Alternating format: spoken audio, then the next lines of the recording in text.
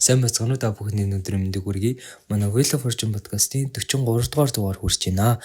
Энэ дугаараар болохоор зэрэг 42 дугаар дугаард ирсэн зүйлсийг үргэлжлүүлэх буюу гаргууд маань ордууд дээр багтлаарэ яг ямархуу шин чанар үзүүлдэг вэ? Сайн байдгүй муу байдгүй гэдгийг ярих болно. За уламжлалын хувьд болохоор зэрэг нар маань хоньны ордон дээр байна. Сар маань арслангийн ордон дээр байна. Харин мандалт орд маань болохоор зэрэг заран жинлүүр орд байна. Сонирхолтой. За хамгийн ихэнд Бархаас Ойд гарагийн тухай ярий. Бархаас Ойд гараг нь болохоор зэрэг яг өөрөө wisdom буюу мэрэгүү ухааныг илэрхийлдэг тийм гараг байгаа. Тинч болохоор номын ордон дээр хамгийн сайн байрладаг ruler буюу захирагч нь гэсэн үг. За тэгээд загсны ордыг өмнө нь хуучин traditionally буюу уламжлалт зурхааны хувьд удирддаг байсан тийм байгаа. За тэгээд exaltation буюу сайн ордон болохоор зэрэг мэлхийний орд байгаа. Сонирхолтой. Одоо энэ 6 сараас ирж байгаа л гэдэг. Бархаас Ойд мэлхий дээр одоо орхоо л байгаа. Одоо яах вэ тэгээд гэхгүй. Их сайн жил болох гэдэг шиг байна. Ядрагаатанаас. За тэгээд яг яагаад exaltation буюу сайн байгаа вэ гэх юм бол мэлхий чи яг өөрөө хурааж хоримтлуулах, цуглуулах дуртай шүү дээ. Тинч болохоор мэдлэгийг хураах, мөнгийг хурааж хоримтлуулах.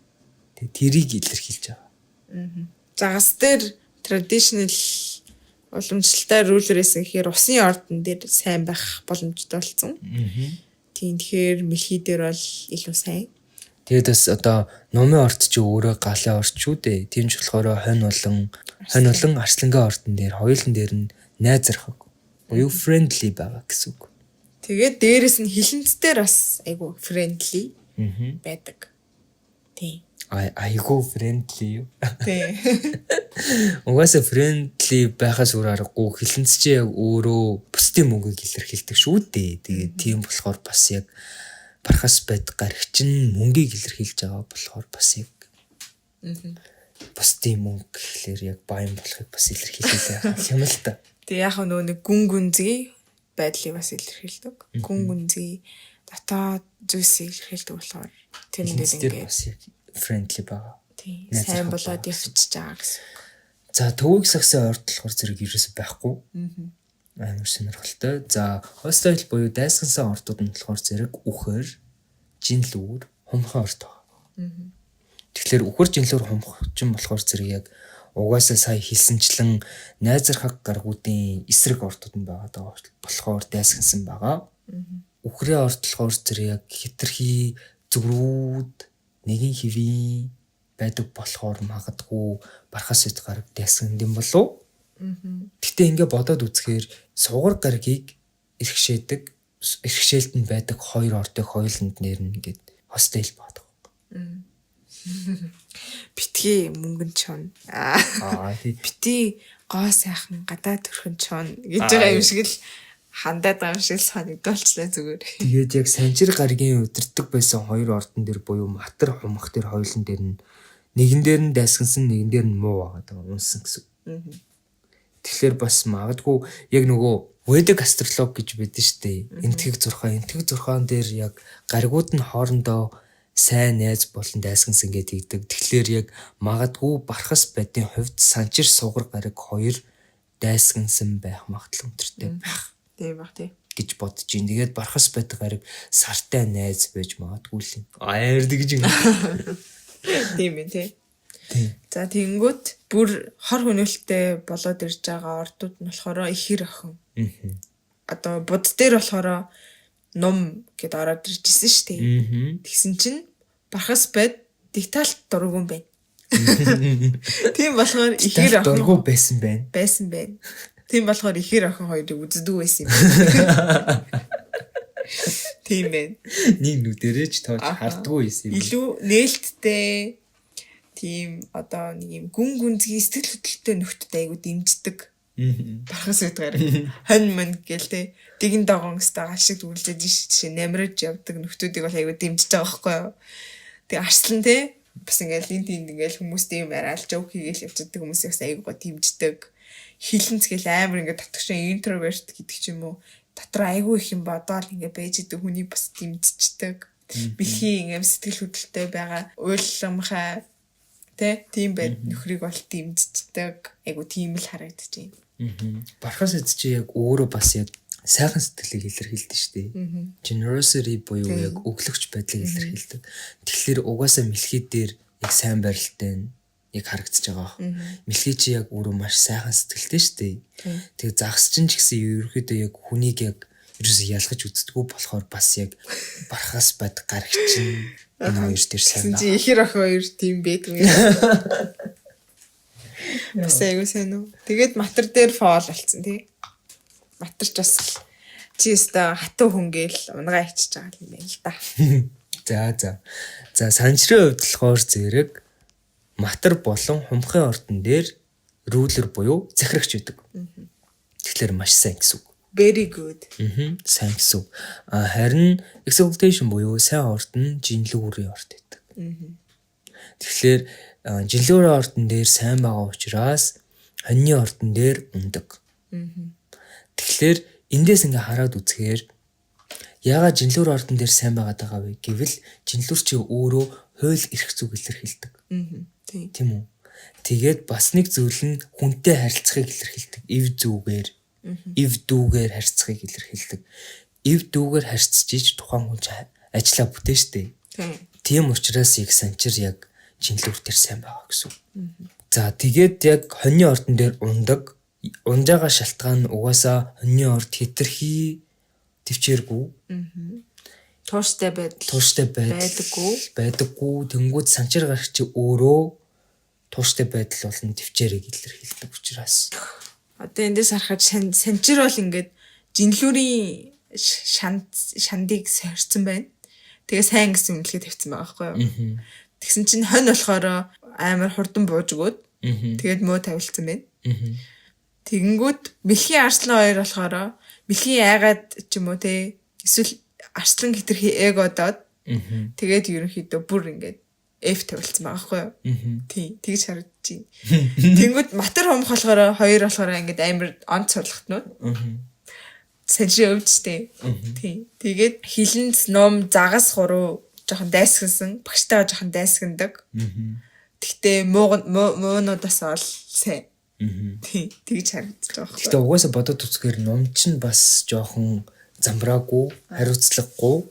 Загас ч гэсэн бас тийм байх магадлал өндөртэй байдаг. Болохоор яг сая хэлсэнчлэн яг бархас эд санчир хоёр хоорондоо дайсгандаг байхаа гэсэнчлэн яг бархас бэдийн иргэшээдэг хоёр гариг дээр хоёулантай нь хостой хил буюу дайсгансан баг. Тэгээд ангараг гаригийн иргэшээдэг хоёр гариг дээр нэг нь фол буюу унсан, нэг нь дайсгансан баг. Жиргүү занд санчир гараг дургүй. Сууж сураагүй хүн хичээл хийж чадахгүй гэж боддог. Тэгэхээр хамгийн сайн сууж сурсан хоёр хүн бол хумх матар хоёр байлаа. Амар гэж. Дараа нь жинлүүр байна. За тэгээд friendly буюу найзрахаг доорд нь үхэр, ихээр, охин энэ гурав. Багштайгаа сайн харилцаатай. Тэгээ ер нь бол гайгүй сайн харилцаатай. Тэгээ төвийг сагсан орд ерөөсөө байхгүй. Тийм байгаад байгаа. Бархас байд санчир тэнгэрийн ван гурав ерөөсөө төвийг сахиулахгүй л юм да тийм. За дараагийн гариг л орох уу? За дараагийн гариг болохоор зэрэг тэнгэрийн ван гэдэг гариг байгаа. Uranus. За Uranus буюу тэнгэрийн ван гариг нь яг өөрөө хонхын ордыг гэрхшээдэг. Хонхын ордон дээр маш сайн байдаг. Захирагч нь гэсэн үг. Тэгээд хилэнцгийн ордон дээр сайн барилттай буюу exaltation байдаг. За тэгээд ерөнхийдөө бол яг traditionally уламжлалт 6-ны хувьд яг эхний 7 гариг буюу санчир гариг хүртэл exaltation буюу одоо сайн байрлалыг ингээд тодорхойлцсон байдаг. Тэгээд сүүлийн одоо 3 гариг буюу сүүлд нээж одоо тооцсон тэнгэрийн ван гариг, далай ван гариг, тэгээд дэлхий ван гариг гэдэг 3 байгаа шүү дээ. Энэ 3 дээр болохоор зэрэг яг одоо сүүлийн үеийн зурхаачид нэлээх ингэж юу яадаг? Мэтгэлцдэг, маргаантай байдаг. Яг аль нь илүү одоо яах ёстой юм бэ? Авах ёстой юм бэ? Аль нь дээр нь илүү exaltation байх ёстой юм бэ гэж ер нь бол үздэг. Тэгээд бит хоёрын хувьд болохоор зэрэг яг илүү тэр хүмүүсийнхэр явъя гэж бодсон. Тэгээ дараа нь болохоор зэрэг яг би өөрийнхөө хувьд ер нь аль нь илүү дэжгүй гоё байрлал вэ гэдгийг бас яг хийлээ гэж бодож байна. Бид хоёр өөрсдийнхөө хувьд. За Тэнгэрийн ван гараг болохоор зэрэг угаасаа хумхыг удирддаг. Тэнгүүдээ хилэнцээр ингээ сайн байчихж байгаа. Хилэнцээр яагаад сайн байж байгаа вэ гэхлээр хилэнц чи яг өөрчлөлтийг илэрхийлдэг болохоор Тэнгэрийн ван гараг ч гэсэн өөрчлөлт штэ. Тэгтээ гинти өөрчлөлт. Тэнгүүд яг арай нэг тийм гинти өөрчлөлтийн хилэнц чинь яг ингээд арай нэг юм зөөллөө усаараа ингэж зөөлдөг байж маа. Одоо нөгөө нэг бичлэг эдитэлдэг хүмүүс юм. Байнгут нөгөө нэг бичлэг ингээд оруулангууд таймлайн дээр нь ингээд зураас нэг наашин татангууд ингээд амар богино хуулгаж штэ. Аяга хурдлуулна гэсэн үг штэ. Амар том эдитэлсэн юм жижигхэн болгож харагдуулж болж штэ. Тэр жижиг нь болохоор Uranus байгаа байхгүй юу? Тэгсэн чинь Scorpio орж ирэнгүүтээ тэр нэг сумнаас ингээд татаад хайш ингээд нөгөө нэг юм гүйлэгдэг болгочихж байгаа байхгүй юу? Одоо миний ойлгож байгаа. Тэгээ ойлгож байгаа юм болоо да. Ер нь бол тэгж тайлбарлаж болохоор байгаа байхгүй юу? Өөрөөр тайлбарлах юм бол Тэнгэрийн ван бол одоо бидний утсаар бичсэн time lapse бичлэг байна гэж бодъё зөө. Тэнгүүд Scorpio орж ирэнгүүтээ тэрийг хурдын бүр ингээд 0.1 хэд бол хурдтай болгоод удаашруулдаг. Гэж тайлбарлаж болохоор байгаа байхгүй. За тэгээд Тэнгэрийн ван гараг нь яг өөрөө арслан дээр хор хөнөөлтөй байдаг. Арслан болон одоо бас үхэр дээр ундаг баггүй юу? Арслан дээр хор хөнөөлтөй үхэр дээр унчиж байгаа.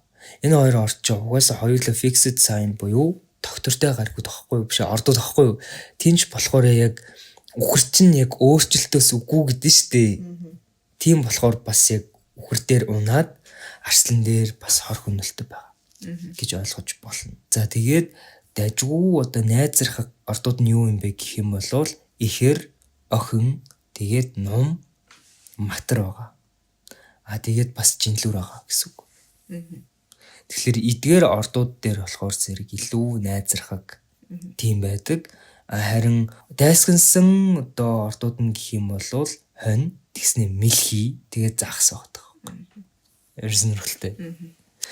Тэгээ мэлхий ч нугасаа юу өөрчлөлтөө үгүй өнгөрсөндөө илүү юу би загас ч гэсэн ерөөдөө бас нэг тиймэрхүү.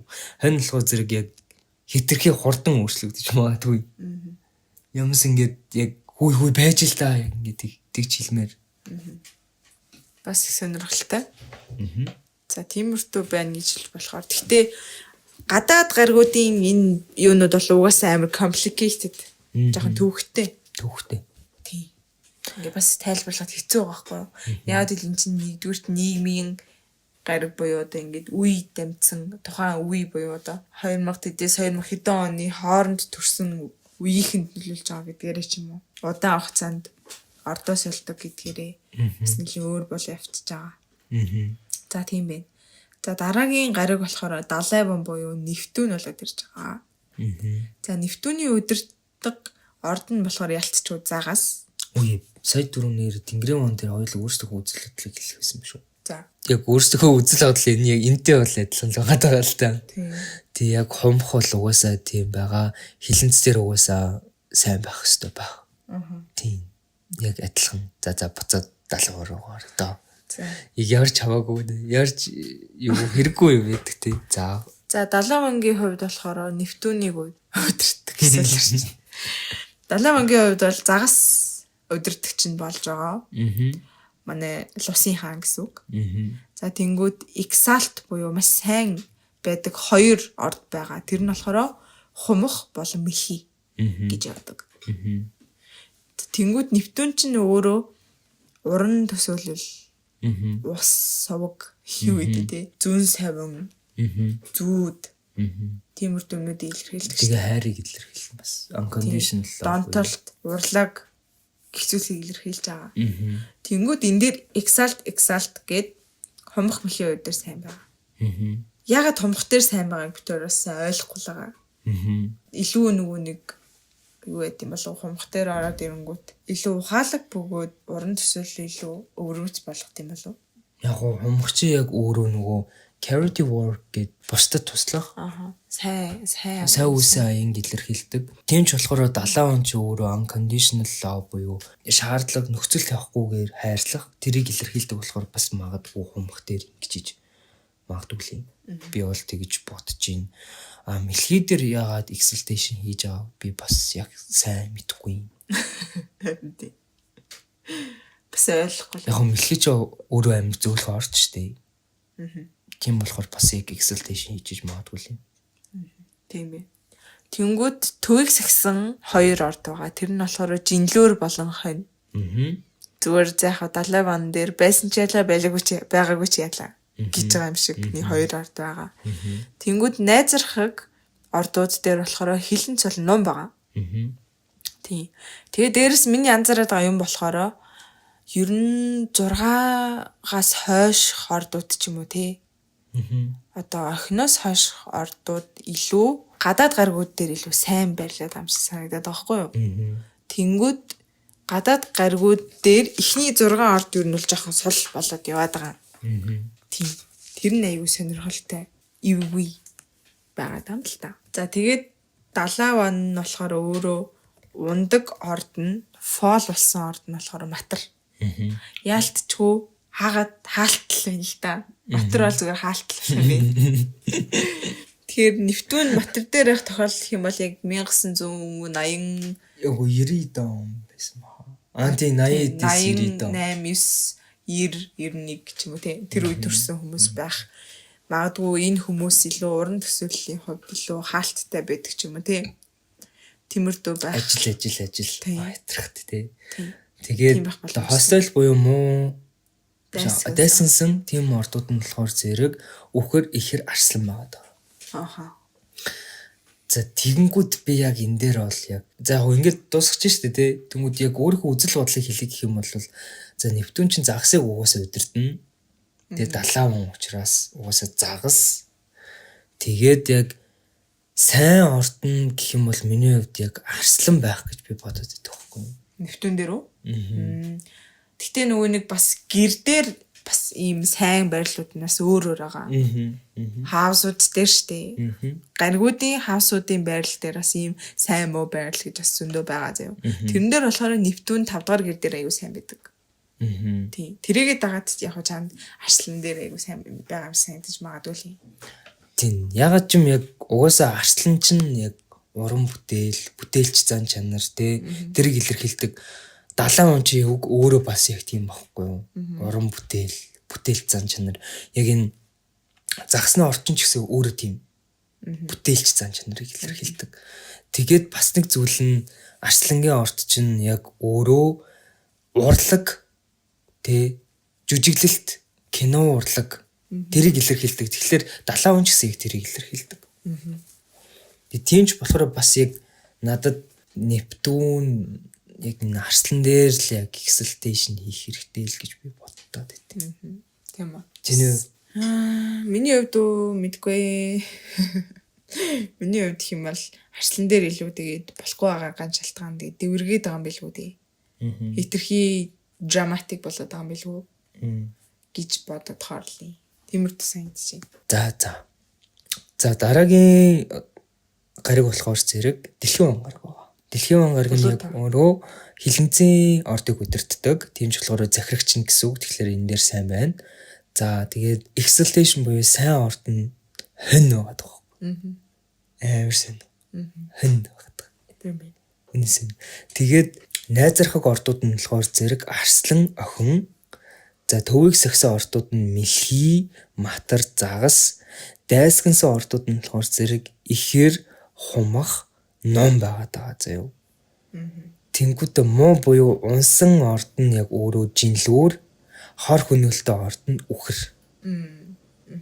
За яг яагаад яг exaltation буюу те хон дээр сайн байгаад байгаа вэ гэхэлэр яг дэлхийн он чинь яг өөрөө ангараг гариг шиг одоо гариг штэ те. Тийм болохоор бас яг хон дээр яг сайн байрлал гэж үздэг байж магадгүй л юм. Магадгүй л юм. Харин тийм магадгүй л яг тэгж үзсэн шалтгаан тийм байж магадгүй л юм. Гэхдээ яг миний үзэл бодлын хувьд заяа яг би яг юу гэж боддог вэ гэхэлэр дэлхийн ван гариг хумхын ордон дээр exaltation хийх хэрэгтэй байдаг баг. Яа Гэж бодож байна. Ингээд дэлхийн ангарагч яг өөрчлөлтийг илэрхийлдэг шүү дээ тий. Гэтэ хитрхи удаан. Тэнгүүд хумхын ордон дээр орохоор арай тэр өөрчлөлт нь арай жоохон хурдсах юм болов. Тэгэж бодож байна. Тэнгэрийн ван дээр хилэн цайшин шиг буцаагаад Плуто дээр нь хумхаж идэг. Тийм энэ хоёр хоёулаа ингээ бие биенийхээ яг Тэнцвэр болоод тийм exaltation яг ингэж хийдэг. Тэнгүүд арслангийн ордон дээр болохоор зэрэг одоо Нептун буюу 70 гараг байдаг. Би л тэгж боддог. Яг боддог ч гэж бодож байна. Тэгэхээр яг эндээс ингээ хараад үзэхээр exaltation буюу сайн байрлалт байгаа ордууд нь хонь байгаад байгаа. Үхэр байсан ихэр дээр ерөөс байхгүй заяа. Арслан дээр бас ерөөс байхгүй. За тэгээд охин дээр өөр рүүлэр болно exaltation хамт орж байгаа. Тэгээд ном дээр ерөөс байхгүй заяа. Тийм тэгээ болов. Энэ гур болчихж байгаа байхгүй юу. Тэнгүүд хоёр exaltationтэй буюу яг 70 гараг яг мэлхий болон хумх дээр байгаад байгаа болохоор яг мэлхийг ингээд тооцохгүй бай заяа. Тэгэх юм бол хумх гараад ирж штэ. Тэнгүүд ингээд бодоод үзэхээр дэлхий ван гараг хонь дээр exaltation хийж байгаа болохоор яг хонь дээр хоёр exaltation. Тийм ээ. 10 гарагаас штэ тий. Тийм. 10 гараг дээр 2 гараг дээр нь маш сайн үзүүлэлттэй байна гэсэн үг. Тэгээд яг би л ингэж бод. Би бол яг өөрийнхөө зөвлөх гэж бодож байна. Ядаргаатай те. Яг хэрвээ тэх юм бол яг арслан дээр exaltation болчихно. Хилэнц дээр ерөөсөө exaltation байхгүй байсан болчихно. Хумх дээр exaltation байхгүй байсан болчихно. Тийм. Тэгээд үлдсэн хоёр орд болох ихэр бол ном байгаа. Энэ хоёр дээр North нүд нь яг өөрөө баг exaltation болдог байх гэж би бодож байна. За тэгээд 60 чавган зурлтал нэгэн төрүүлнэ гэдэг шиг тий 10 гараг тос бүрдээ өөрийнхөө тэмцээнийг явууллаа. 12 ордны дунд заяа.